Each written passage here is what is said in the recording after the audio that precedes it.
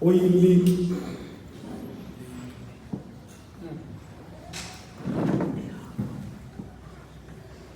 between the Old and the New Testament. Usikhobisa kwi-context abantu bakaThixo ababephila kuyo ngexesha le-Old Testament. Emva koba edlule amaxesha nzima,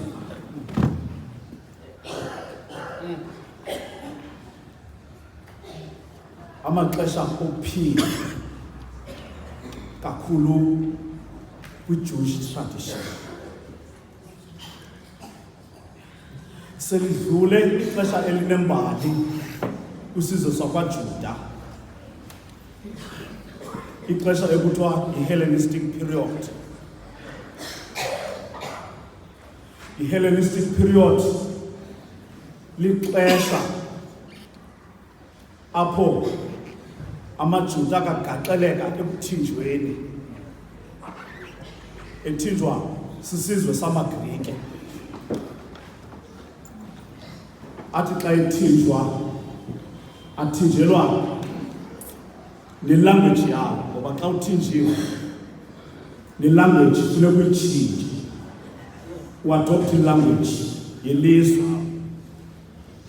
othinjwe kulo. Selidlule ixesha leHellenism. Umvangeli uMateyu apha usizobela umuntu othile athi emveni kwexesha elithile, umvangeli uMateyu ephezu kwentaba, ngoba kakade yayinto yakhe leyo yoba exesheni elithile abheke phezu kwentaba. Amaxesha amathathu okwi-Jewish calendar ahlulahluliwe. Uzawumane sithi umbhali kwiqala lesithathu wayawuthandaza uYesu ngasese, athi kwiqala lesithoba wayawuthandaza uYesu endaweni ethile. uYesu enamandla, ambetha amandla, wasolula isandla wathi kuye, ndiyathanda, hlambuluka. Ezela amandla umoya oyingcwele awazuze phezu kwentaba apho ebesakuthandaza khona. Umbhalo usikhobisa into yoba uyehla entabeni uYesu embetha amandla, ekungekho nanye into enokuma xa uYesu ekwesasimo phambi kwakhe angayisusi rhamente kaThixo ethandazayo. Uthi umbhali xa esihla entabeni wahlangatyezwa yindoda eyayinohlobo oluthile lesifo seqela. Kanti uMarko yena noLuka, le ndoda okanye lo mntu, bamzoba ngokuthi wayengaphandle komzi, akahlangani nale ndoda okanye nalo mntu uYesu kwi-community. Uhlangabezana nale ndoda uYesu engaphandle komzi. Ilizwi likaThixo.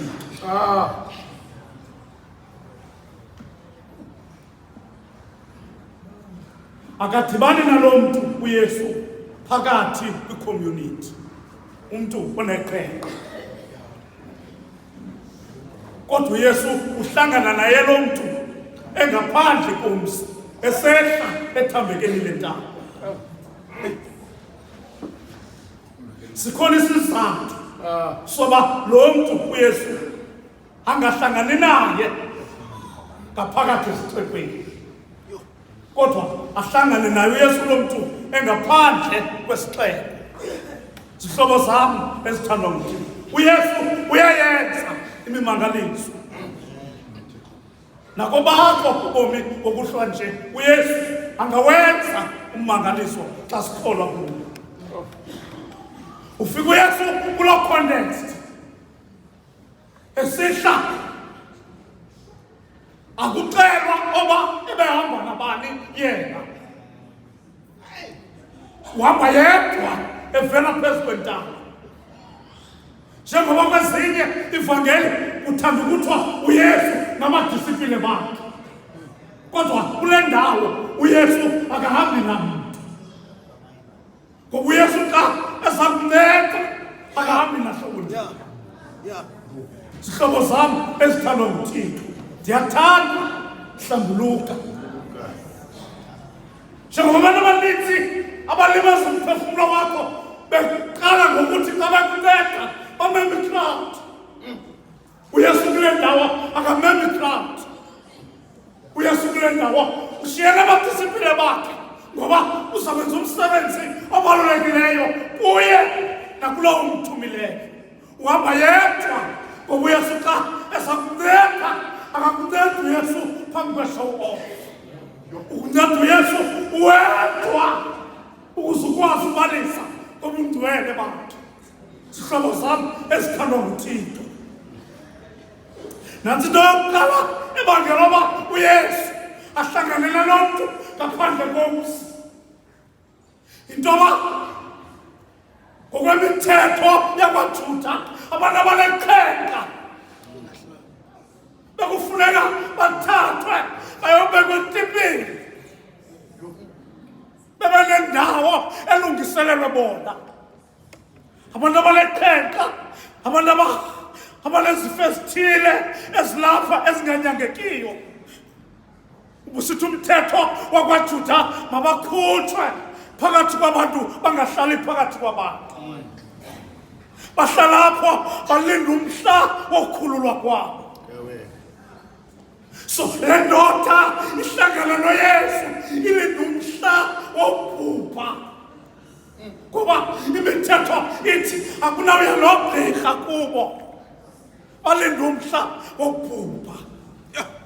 Zihlobo ezihle ezithandwa nguThixo, siphila kwixesha apho abantu bakhululwayo esibhedlele kuthiwa hamba uyolinda umhla wokubhubha. Zihlobo zam ezithandwa nguThixo, kodwa sinoYesu ohamba yedwa, othi rhabende sekuthiwe hamba uyolinda umhla wokukhululwa kwakho. Athi uYesu xa sidibana naye ndiyathanda. Zihlobo zam ezithandwa nguThixo ebusuku nje, the-carelessness ekhoyo, ngoba ndikhula kwixesha apho ebesithi umntu noba imeko yakhe icritical, kodwa ugqirha akhangela indlela yokumxelela, ngoba engafuna umonzakalisa physical. Zihlobo ezihle ezithandwa nguThixo, uyathanda Nkosi yam unako ukundihlambulula.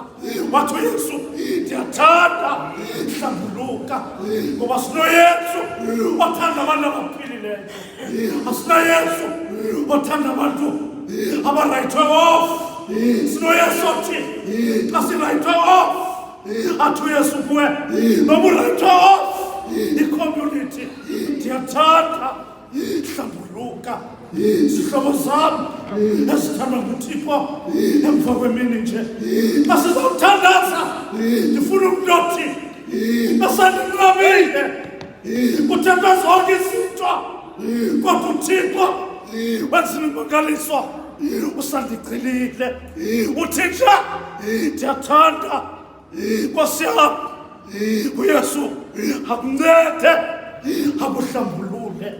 Zihlobo zam ezithandwa nguThixo, le nto enziwa nguYesu baba bamlomba yilaa nto nalambili basali bam enkulu kwimfane yonyana kaJese sihlobo sam uDavide awungena kwintswana yolawula madoda baba nalibomba ipower ikuye yonke into enesicaka uDavide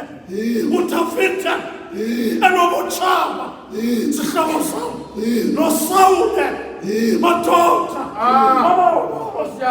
ilizwi likaThixo ndiyathanda hlambuluka bafika umhla ngobuthixo unexesha lokusimisa phambi kwababadezeli bethu uthixo esimkhonzayo bathi abantu esabarayitha off ebomini sabaleka okanye basileka uthixo anike ithuba loba luse utshaba phambi kwakho uDavide ngaloo mhla wayenetshansi eyaneleyo sihlobo sam kodwa ndibona phambi kwethafa baselotembare ehleli kamakile madoda ikhona limputhe ehleli kamakaba ngenza limnqaba ngenqakatshonata madoda uthixo esimkhonzayo uyamangalisa uthixo yathi impendulo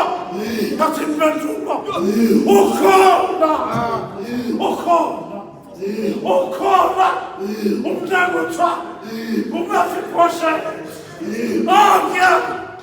elotembare ewe ikhona indlu yakhe uMephibosheth ufinyangwa chilisi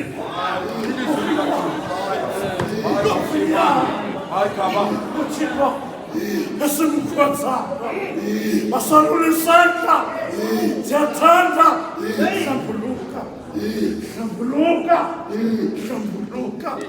bathi uDavide elethuba lomonzakalisa kodwa basalinqeba ngoba uthixo xa esinceda uzala lufefe nenqeba athi umkhulu walapha nalufefe nalukromo naluyolo naluthako olwasebomini uthi lo mfane wathi uDavide makabizwe athi uDavide makabizwe kwathunyelwa ilizwi likaThixo kwathunyelwa uThixo ngoba makeze naye kwezanaye ethe qhu kwezanaye mamela nasi into basisiqaphele basolula isandla wathi ndiyathanda hlambuluka sizawuthandazela le meko yakho ngoba urayithwe off nakwi-community zihlobo sam ezithandwa nguThixo emva kwemini nje wazi bukhona uThixo wenjaritha kuba umuntu ngamnye ukhona uThixo wenceba madoda uthi umbhali uthi xa ufunda la chapter ivesi 4 ku-emphasize into yoba uMephibosheth wayefinyawo kwimfazwe ezazikho waphuncuka kunina wawubetheka ngemilenze yafa yomibini sihlobo sam uhlele lothe phaa endaweni yabantu abalinda umhla wogoduka sihlobo sam uthi lo mbhali xa usizwa naye uTsipha naye uMephibosheth kanti sezirayithe off xa ethi uDavide ifuna ukwenzela inceba uthi uThixo kuwe mandikwenzela inceba uthi lo mfo ungathini Thixo angathini uThixo usebenzela umkhonzi wakhe oba yibheke inja efileyo njengamlo into ethetha ukuthi naye ngenxa yonyanyathwa ngoba abantu basemhlabeni banezikhali eziphuma emilonyeni okwenzakalisa abantwana babantu bathi abantwana babantu bawuthwale lo mnqamlezo bangaziboni benoba zizinto ebomini. Lungisa umoya wakho, ikhona indoda ehla phezu kwentaba ithi xa usisa kuyo usithi Nkosi yami ndincamile ndirayithwe off kodwa ubuyakuthanda ungandihlambulula sihlobo sakho wathi wathi uDavide ndizawuhlala nawe etafileni noma inyawo zifike emhlabeni kodwa ndisuyenza imini benye uzawuhlala nami yonke imihla yokuphela bakuphila kwakho yodlala kubomi ngoba sinothixo kodwa abantu xa belahliwe elodebhare athi ndiyathanda hlambuluka sihlobo sakho indidi zamakhenka abathutha sasiliqela indidi zamakhenka sasiliqela esasibangela abantu barayithwe lukhona uhlobo lwekhenka lukhona uhlobo lwekhenka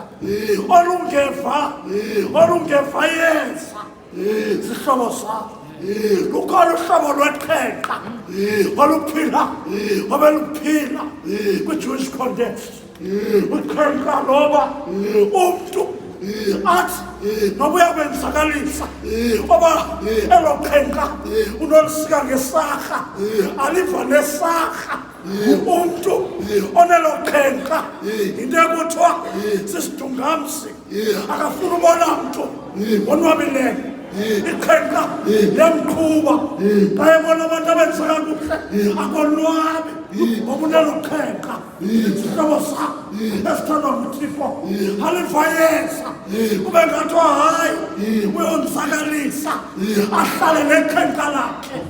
Ngicela ukuthi kuwe uthi uYesu ndiyathanda hlambuluka sihlobo sakho esithandwa likhona ikhenka kwaJuda elichibula inyama athi umntu ehleli nje kumane kusiwa isichwili elikhenka umntu onalo ugcwala impakamo akaboni muntu umntu onokwenza izinto ezibhetele uyedwa uthi uYesu ndiyathanda hlambuluka eliya lapha kwa sisaka ephethini kaNahamani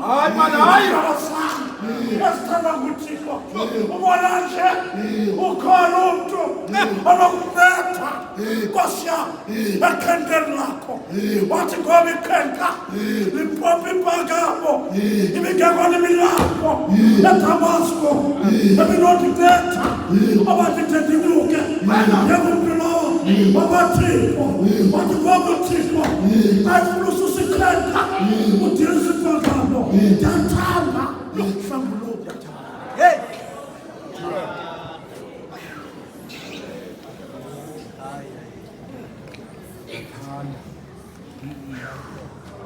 Right off. Ngokusiyathandaza. Ithi nje wena Nkosi yami ngicela ungababoni ndiyathanda incede Thixo. Sizawukhula ngoku nomntwana 195. Sizamcela 195 ngoba simebuye sabe sisihlobo sethu xa sizawuthandaza. Sithi nje Yesu wena kodwa ngalathuli mamntwana noba uyasiphitha kodwa ngicela sicenge ngalo nathana ithi qhubu ukwenzela uba ulwe nale nto ethuba ubomi bakho eziba ungabi nakamva sihlobo sakho ezithandwa nguThixo uthi sowuphakamile ephethini uphinde ubuyele sihlobo sakho uthi nje ndiyathanda hlambuluka Yesu wena Ukhona umhlobo abantu abazishethulayo. Ukhona umhlobo abantu abathi imithetho yelizwe isivalele. Sicela nje wena Thixo usihlambulule. Khona lo muntu asizathandaza. Uyafuneka uthi Yesu ngithanda. Yesu akakhethile. Ulibambe isandla bekhumahluka.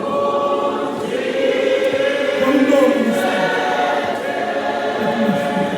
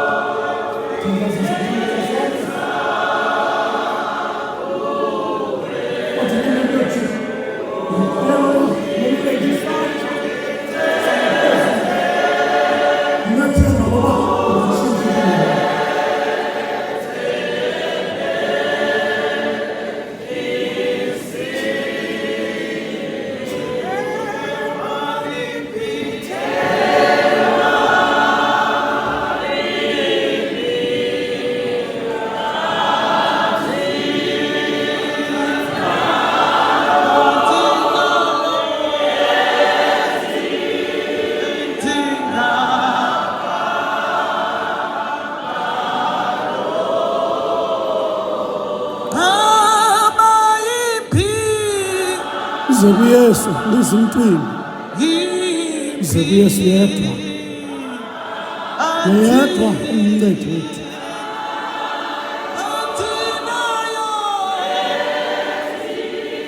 Yedwa uthi sasifalela ingcakiso lolu ehlentabeni ukuze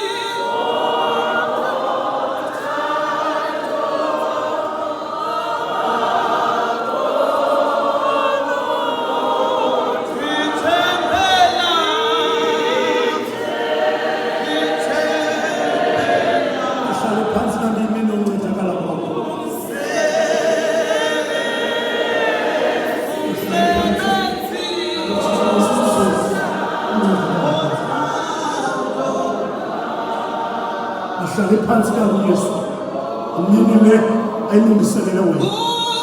Ngoba bakho